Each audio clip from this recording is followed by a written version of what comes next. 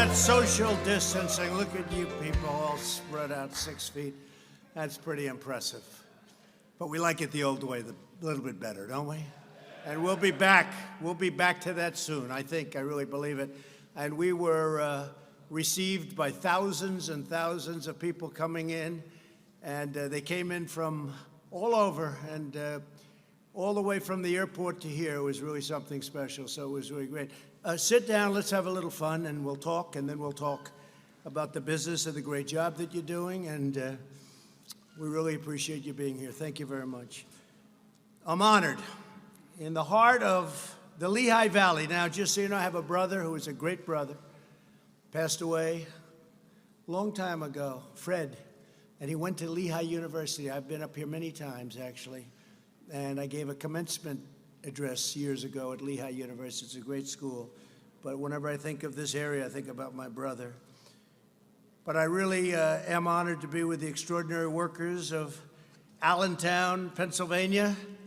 Every day you prove that American workers are truly the best in the world, and that's what they are. And we're showing that now. We're starting to make more and more product in the United States. I was with some of your representatives, associates they call themselves. I don't know. I assume if they're associates, you're all making the same money. I hope so.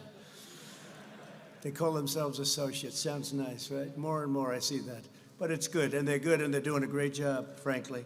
But they're talking about so much of the product now is made in the USA, whereas in the past it wasn't. It wasn't. But they were talking about 90%, 80 to 90% is made of what you distribute is now made in the USA, and that's taken a long while for us to get it. I started that right from the beginning. It's probably one of the major reasons that I'm here. It's called America First. We want America first. We love the world. We want America first. Today we're announcing a groundbreaking initiative to replenish and modernize our strategic national stockpile. The cupboards were bare. You've heard me say it a lot. When we came into this administration, those cupboards were bare. I've come to this major medical supply distribution hub because the workers here at Owens and Minor have a critical role in this national effort, and it's a critical role that you fulfilled incredibly well, or I wouldn't be here. I would have found someplace else. And thank you for those beautiful hats. I appreciate it. Thank you. Thank you very much. From the moment this terrible virus reached our shores, each of you has worked relentlessly to get the vital supplies to our healthcare warriors. And they are warriors, aren't they, when you see them going into those hospitals and they're putting the stuff that you deliver, but they're wrapping themselves and the doors are opening and they're going through the doors and they're not even ready to go through those doors. They probably shouldn't. But they can't get there fast enough, and they're running into death just like soldiers run into bullets. In a true sense. I see that with the doctors and the nurses and so many of the people that go into those hospitals. It's incredible to see. It's a beautiful thing to see, but I really call them warriors. We're all warriors. Everyone in our country is a warrior. We have to be, because of what happened, and it should have never happened. It should have been stopped at the source. But each of you has worked relentlessly to get those supplies to our healthcare warriors, and all across the hospitals, and specifically for this plant in New York, New Jersey, and Pennsylvania. As you know, the pandemic has inflicted profound hardship, especially in the areas that you serve. Within one heartbeat, America grieves for every life and every family, all of those that have been lost, and all over the world. 186 as of this morning, 186 countries. What a horrible shame. And we thank God for the courage of those on the front lines. And you make it possible for them.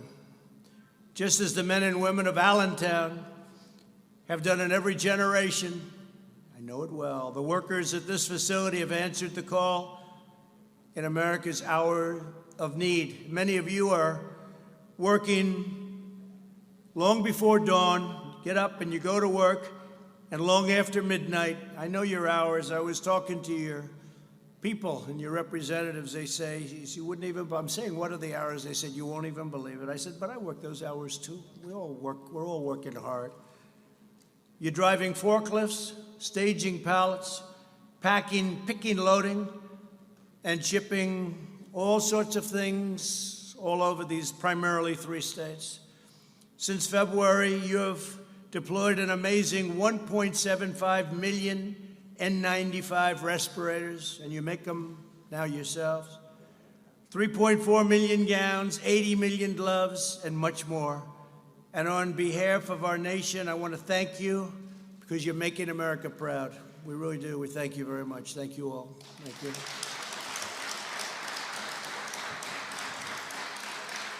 I'm grateful to Owens and Minor President Edward Pasieka, along with your Chief Operating Officer, Jeff Jacobs.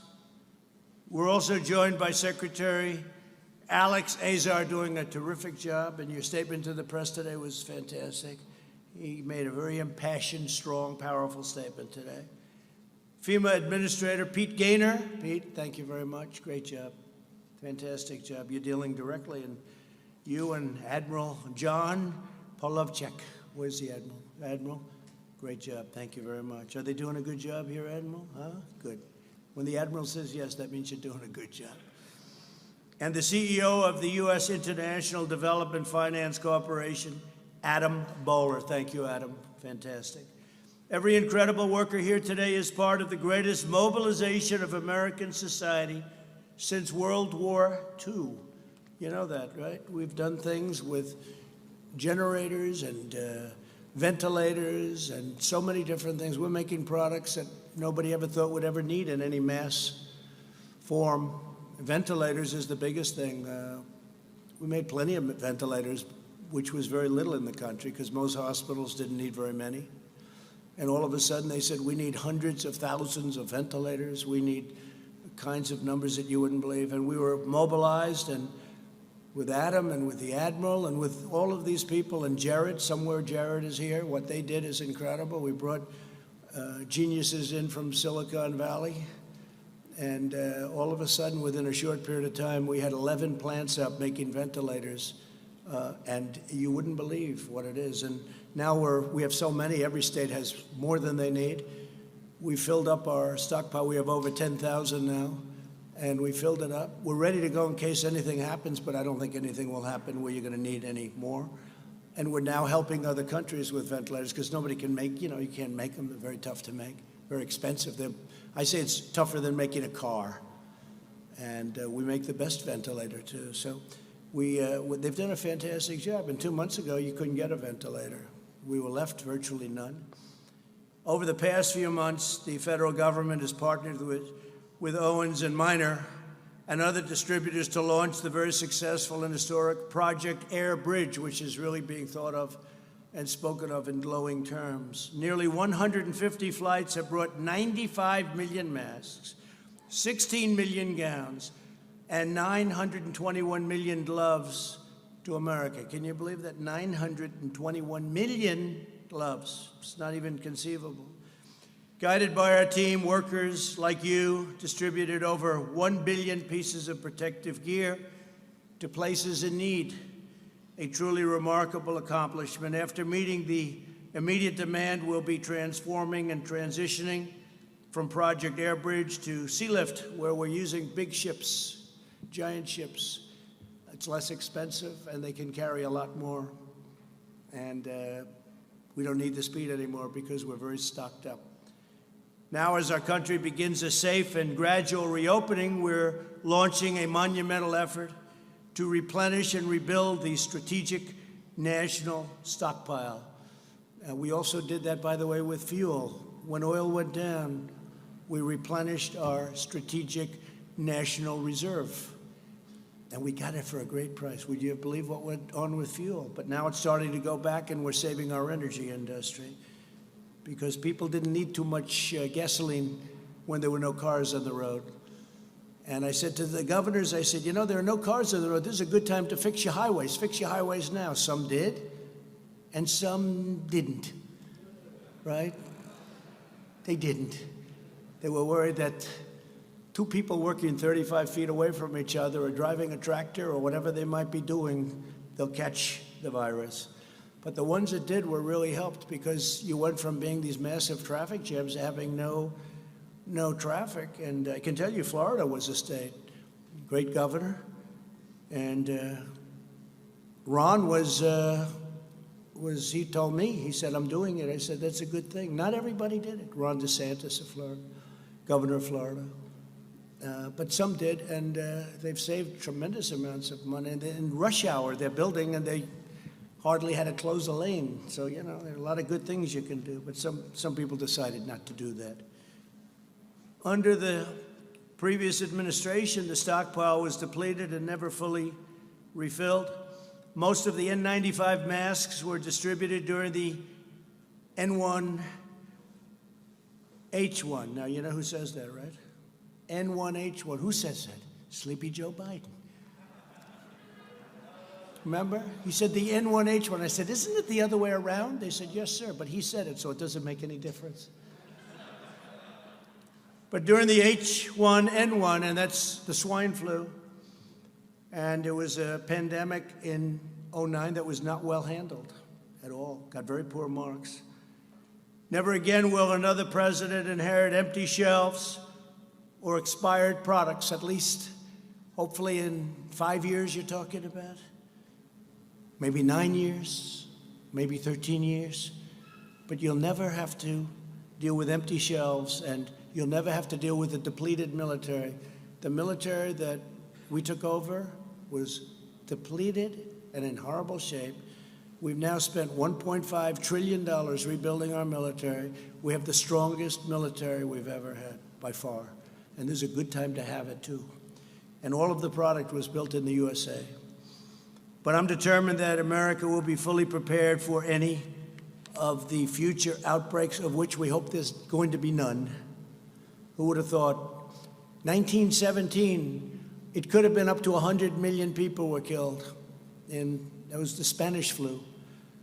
1917, who would have thought this was going to happen? That's over 100 years ago. Our effort begins by dramatically increasing our reserves. Instead of 1 to 3 weeks worth of supplies, which we had less than that, the U.S. government will now stockpile 3 whole months, much of it made in the USA. My administration has already awarded contracts for approximately 200,000 ventilators, which we're building ourselves. And now that we're restocking, all of those great things are happening with ventilators. My administration has also ordered 800 million N95 respirators and face masks. Face masks also we're making here. Last week I was at Honeywell, great company, high-tech company, and they're making masks. And they're making face masks. They're making a lot of different things that 3 months ago they never even thought about. They've geared up. It's incredible what some of the companies have been able to do. You've seen that, what Honeywell has done, an incredible job they've done. But many of them are manufactured by Owens and Minor. Many of the things that we're doing and delivering happily to places that were not able to get it, done by Owens and Minor. Thanks to a major investment in Del Rio, Texas, your company plans to produce an astounding 20 million N95 masks per month. That's more than you do here. I don't know. You're going to take that? I don't think so. That won't last long, right? But think of that, 20 million N95 masks per month, and that's going to be very shortly. Next, my administration is taking action to modernize the stockpiles during this crisis. Admiral Polovchek and his team built a cutting-edge system that allows the federal government to integrate seamlessly with our nation's largest distributors to procure, produce, and deliver astonishing quantities of supplies where they're needed the most. We have an incredible system. Hope we're not going to need it, but it's there, right? It's there. It's there like nobody would even believe. And the press doesn't ever talk about it. They don't want to talk about it. There they are right there. They don't want to talk about it. They are a disaster. But that's okay. The people understand, and that's all that really matters when you get right down to it. Going forward, we'll build on the system to create a stockpile that is not only the best resourced in the world, but also evolves to meet all of the new threats that can happen, things that you're not even thinking about right now. We'll continue to partner with American industry and distributors like you to help manage and rotate our vastly expanded inventory. The final step in rebuilding the stockpile is to bring critical manufacturing permanently back to America. Wouldn't that be nice, right? We're doing it, and we've been doing it. My goal is to produce everything America needs for ourselves and then export to the world, and that includes medicines. It's very important. Too reliant on other countries. And I've been saying that for a long time, long before I became elected president, right? He knows, he's been hearing it. To this end, earlier today, I signed an executive order, just signed it, invoking the Defense Production Act to grant new authority to the U.S. International Development Finance Corporation, just a little while on the plane. This federal agency normally invests in economic development projects in other countries. I said, how about investing in our country? We invest in other countries.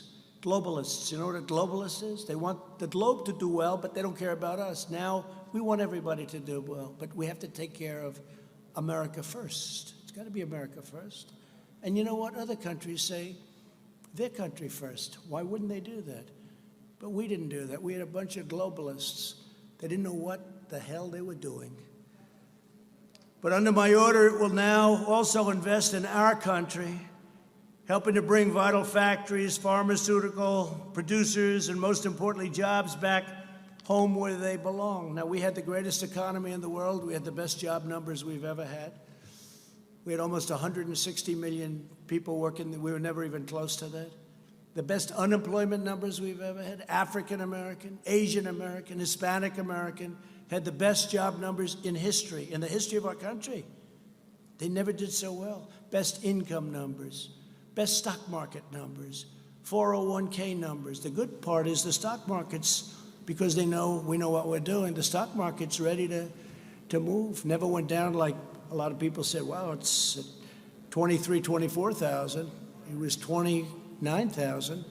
It never went down like people would have assumed, because they know what's happening. They know, smart people, a lot of smart people, they know what's going to happen.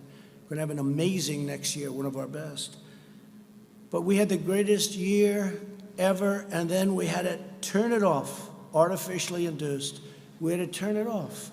And if we didn't do that, we would have lost 2 million people instead of, whether it's 95,000, 100,000, one is too many, but we would have lost 2 million people, maybe more than that, maybe somewhat less. But think of it, even if it was a little less, multiply what we have by 20 or by 15. Wouldn't be acceptable, wouldn't be sustainable. People would have said, what's going on over here? Multiply as bad as you've seen it. And you know, you can say what you want about the flu, but I've never lost anybody to the flu that I knew. I mean, I've had people, friends, they have the flu and they're sick, they don't feel good. And you call up, how you doing? You know, 3 days, 2 days, a week later, they're fine. Nobody ever said they died. But I've lost 5 people that I know. 2 people were very good friends of mine. And you call up 2 days later, how are they doing? Sir, they're in a coma. I said, they're in a coma. Now, they were older.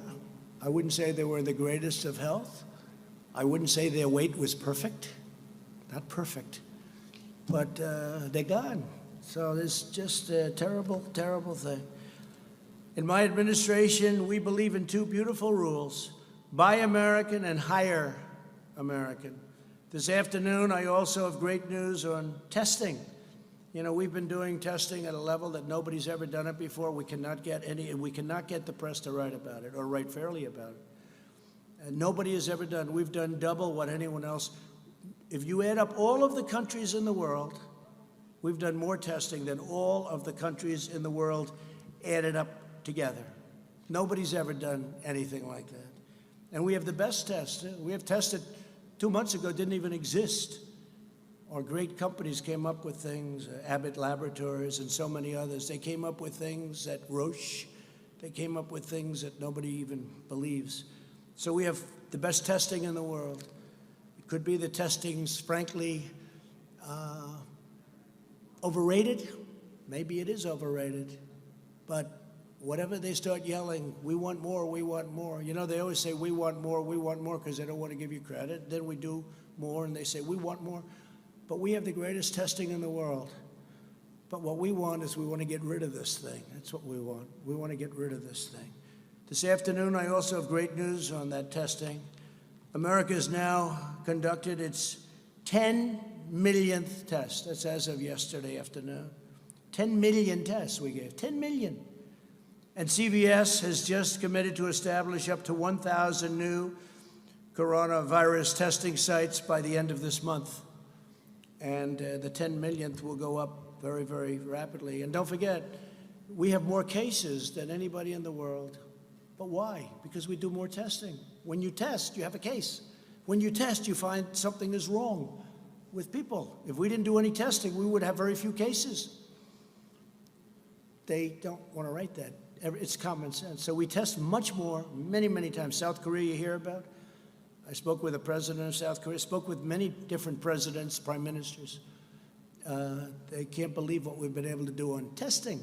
They can't believe what we've been able to do on ventilators. We're sending them ventilators. Other countries, Italy, Spain, other countries, France is having tremendous problems. We're helping them with ventilators. They can't believe the job we're doing.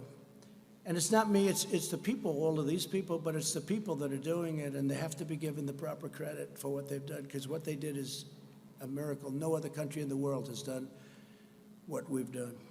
And they feel very free now to call us because they need help, especially with the ventilators, because that's hard.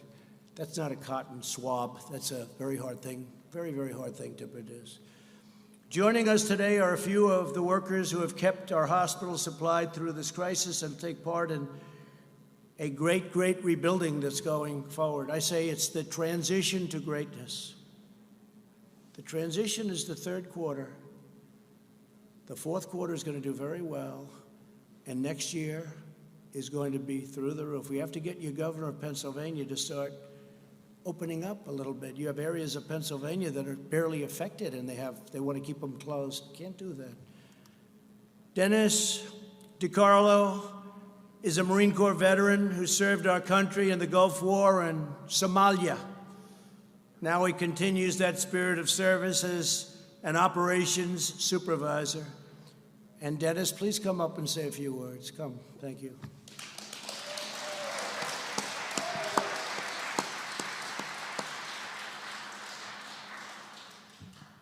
Thanks, Dennis. Thank you, Mr. President. I want to first start by saying thank you to all my teammates out there. We've had a lot of blood, sweat, and tears, and I want to say thank you to you guys. You guys are the ones that did this, so thank you. I know we're in a crisis situation with our country, and people have asked me how it's changed.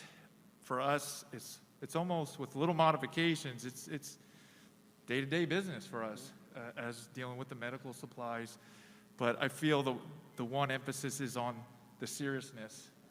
Whenever you're dealing with the medical field, it's a serious thing, but it's exponentially grown with what we're dealing with now. And if we make a mistake, it's amplified. So, yeah. I think you've done a fantastic job. They all like you. Do you like him? Huh? Fantastic. Thank you. Hey, Dennis, thank you. Good job. Good man. Give him a hand. Come on. I could see they like you, Dennis. They were told to be very low-key. When you walked up, they said, "We don't care. We're clapping for Dennis." Thank you. I saw what went on there. Eric Yost is a distribution teammate who's now in his 26th year with Owens and Minor.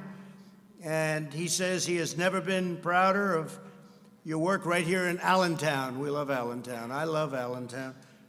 Eric, please come up.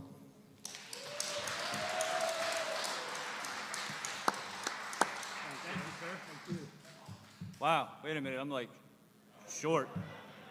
Okay. Sorry about that. Yes, I want to thank you also. If it wouldn't be for this great team of Owens and Miners all over the nations, we wouldn't be here today. I want to thank you all. Thank you again. The 26 years that I've been here, we started off kind of small back when Stewart was transitioning over to Owens and Miners. To make a long story short, we started with little stickers. And modern technology today revolved to where we have RFs, and we're better to equip the hospitals a lot quicker and pick it, receive it real fast. And then when this coronavirus came into place, we had to really react, and we did a great job on that. I mean, think about all them numbers that the president threw out there. I mean, that's a phenomenal job. We brought it into these buildings. We got it in, we got it out, we got it to the hospitals that were in dire need of all this. And my hat definitely goes off to all you guys. Thank you very, very much. Thank you, President. Thank you. Great honor. That's great. Thank you very much. Carol Tim is a safety and training coordinator who has taken on extra duties during the emergency. Carol, please come up. Thank you, Carol.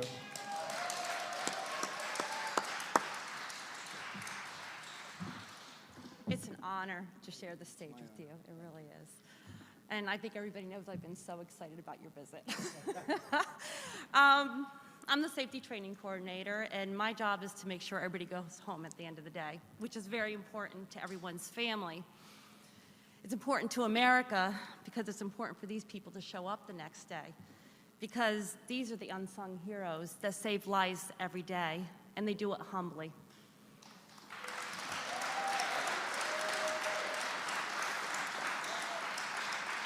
Mr. President, I wish you could have been here when we get the order to start transporting the masks and the gowns and everything that needs to go out to these hospitals. When that order came in, teammates from all different shifts just stopped without hesitation, and they flowed like magic in this facility. It was amazing to be able to see that, and they did phenomenal.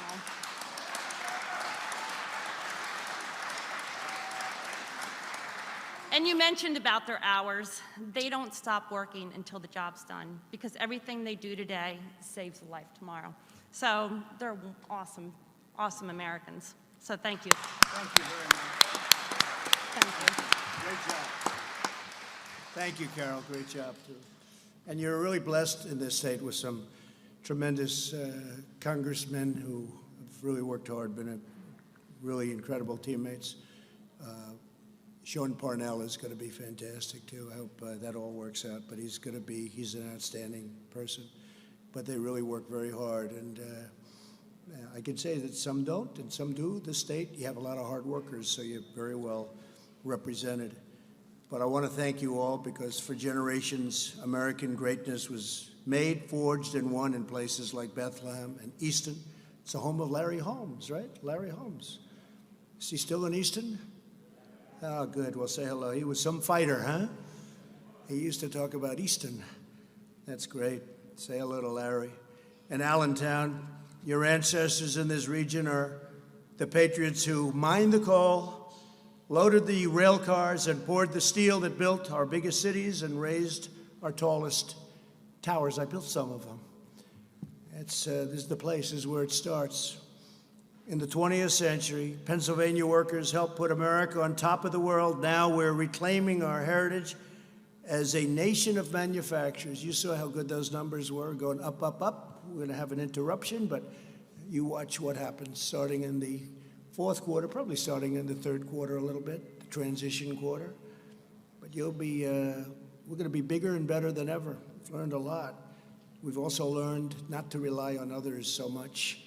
Let's do it ourselves. Let's build it ourselves. Let's make it ourselves. But you're going to be a nation of manufacturers, and Pennsylvania workers will once again, you're going to lead the way. With your help, we will vanquish the virus. We're going to vanquish the plague. I call it the plague because that's what it is. We'll get our nation back to work, and we will build our glorious future with American hands and American grit and American pride. You have heart. I want to thank you to everyone at Owens and Minor. I want to thank you for this great area of the world. As I told you, I think of Fred, my brother Fred. God bless you, and God bless America. Thank you very much. Thank you. Thank you.